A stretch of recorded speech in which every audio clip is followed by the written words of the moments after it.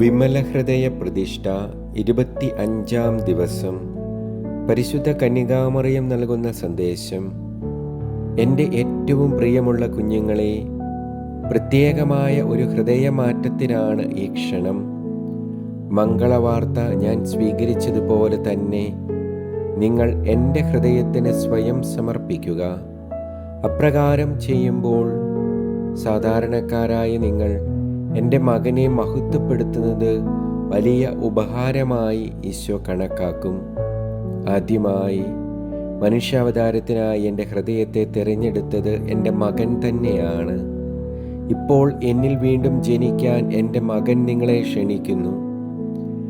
ദൈവം എൻ്റെ മകനായി ഗർഭത്തിൽ വന്ന അതേ സ്ഥലത്തു വന്ന് ഈശോയെ കണ്ടുമുട്ടുവാൻ നിങ്ങൾക്കും ക്ഷണം നൽകപ്പെടുന്നു. എൻ്റെ ഹൃദയത്തിൽ നിന്നും ഒഴുകിയെത്തിയ രക്തം മാംസമായ ആ സ്ഥലത്ത് വെച്ച് എൻ്റെ പുത്രനായ ദൈവത്തെ കാണാൻ നിങ്ങൾക്കിതാ ക്ഷണം. ഇപ്പോൾ എൻ്റെ ഹൃദയമാകുന്ന സിംഹാസനത്തിൽ ആരൂഢനാണ് പുത്രൻ തമ്പുരാൻ. മാംസമാകുന്നതിന് അനുവാദം കാത്തിരുന്ന അതേ സ്ഥലത്ത് പുത്രൻ തമ്പുരാൻ കാത്തിരിക്കുന്നു. ഈ സങ്കേതത്തിലേക്ക് നിങ്ങളും വരിക. നിങ്ങളെ എൻ്റെ ഗർഭപാത്രത്തിലേക്ക് കൊണ്ടുപോയി ഞാൻ നിങ്ങളുടെ അമ്മയാകാം. നിങ്ങൾ ഓരോ വ്യക്തിയും എൻ്റെ പ്രിയപ്പെട്ട മക്കളും.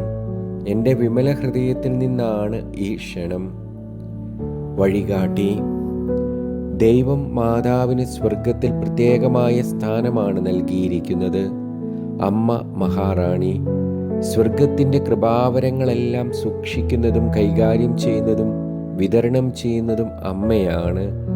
ആർക്ക് എപ്പോൾ എങ്ങനെ ഏതളവിൽ എന്ന തീരുമാനം അമ്മയുടേതാണ്. പിതാവിൻ്റെ കൃപ, പുത്രൻ്റെ പുണ്യങ്ങൾ, പരിശുദ്ധാത്മാവിൻ്റെ ദാനങ്ങൾ എല്ലാം അമ്മ വഴി വരുന്നു. ഈ ലോകത്തിൽ ഒരു ശിശുവിന് ഒരു മാതാവും ഒരു പിതാവും ഉണ്ടായിരിക്കും. സ്വർഗത്തിലും അപ്രകാരം തന്നെ. ദൈവം പിതാവിൻ്റെ സ്ഥാനത്തും കന്യകാമറിയം അമ്മയുടെ സ്ഥാനത്തും.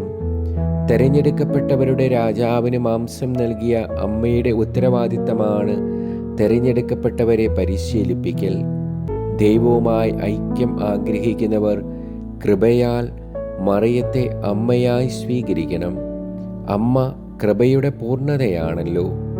തെരഞ്ഞെടുക്കപ്പെട്ടവർക്ക് കൃപ അമ്മയിൽ നിന്നും ലഭിക്കുന്നു. പ്രവൃത്തിപദം. നമുക്ക് സങ്കേതം നേടാൻ അമ്മയുടെ വിമല ഹൃദയത്തിലേക്ക് പോകാം. അപ്പോൾ നമുക്ക് ക്രിസ്തുവിൻ്റെ പ്രകാശത്തിലേക്ക് അമ്മയിലൂടെ ജനിക്കാം. അമ്മയുടെ സംരക്ഷണത്തിലൂടെ നമുക്ക് വിശുദ്ധിയിലേക്ക് പോകാം. സമർപ്പണത്തിലൂടെ നമ്മുടെ ബലഹീനതകളും ഭയവുമെല്ലാം അമ്മയ്ക്ക് കൊടുത്ത് അമ്മയിൽ നമ്മുടെ പ്രതീക്ഷകളും വിശ്വാസവും അർപ്പിച്ച് പ്രതിദിനം നാം സമർപ്പണം പുതുക്കണം. അപ്പോൾ അതിൽ നിന്ന് നമുക്ക് നിർദ്ദേശങ്ങൾ ലഭിക്കും. ദുഃഖത്തിൽ സന്തോഷവും. അവസാനമായി നമുക്ക് നമ്മെ മറക്കാം. എല്ലാം നോക്കാൻ അമ്മയുണ്ടല്ലോ. നാം ചെയ്യുന്ന ജോലികളെല്ലാം അമ്മ മകൻ്റെ പാദത്തിങ്കൽ സമർപ്പിക്കും. നമുക്ക് അമ്മയുടെ വിജയത്തിനായി പ്രവർത്തിക്കാം. നമുക്ക് ചെയ്യാവുന്ന കാര്യം ഇതുമാത്രമാണ്. അമ്മയുടെ മഹത്വത്തിനായി യത്നിക്കാം. മറ്റുള്ളവർ അമ്മയുടെ മഹത്വത്തെ വില കുറിച്ച് കാണിക്കുമ്പോൾ നാം അതിനെ കൂടുതൽ മഹത്വപ്പെടുത്തണം. അമ്മയുടെ സംരക്ഷണത്തിലേക്ക് എല്ലാ ആത്മാക്കളെയും കൂട്ടിക്കൊണ്ടുപോകാം. അമ്മ അധിക്ഷേപിക്കപ്പെടുമ്പോൾ അതിനെ എതിർക്കാം. അങ്ങനെ അമ്മയുടെ ഹൃദയത്തിലായിരിക്കാം. പ്രാർത്ഥന. പരിശുദ്ധ കന്യകാമറിയത്തിൻ്റെ വിമല ഹൃദയമേ, എൻ്റെ ഹൃദയത്തിൻ്റെ ഭാവങ്ങളെല്ലാം അമ്മയ്ക്ക് ഏൽപ്പിച്ചു തരുന്നു. പുണ്യങ്ങളും വിശുദ്ധിയുമുള്ള ഒരു ആത്മാവും ലളിതവും ശിശുസഹജവുമായ മനസ്സും അതിന് നൽകണമേ. അമ്മയുടെ വിജയത്തെ പ്രഘോഷിക്കാൻ ശക്തി തരണമേ. ഒരു വിനാഴികയും ഞാൻ നഷ്ടപ്പെടുത്താതിരിക്കട്ടെ. പ്രാർത്ഥനയിൽ കുറവുണ്ടാകാതിരിക്കട്ടെ. അമ്മയുടെ നെഞ്ചോട് എന്നെ ചേർത്ത് വയ്ക്കുക. അമ്മയുടെ നവജാതനെ പോലെ എൻ്റെ ആത്മാവിനെ സംരക്ഷിക്കണമേ. എന്നെ എൻ്റെ എല്ലാ ബലഹീനതകളിൽ നിന്നും രക്ഷിക്കണമേ. ആമേൻ.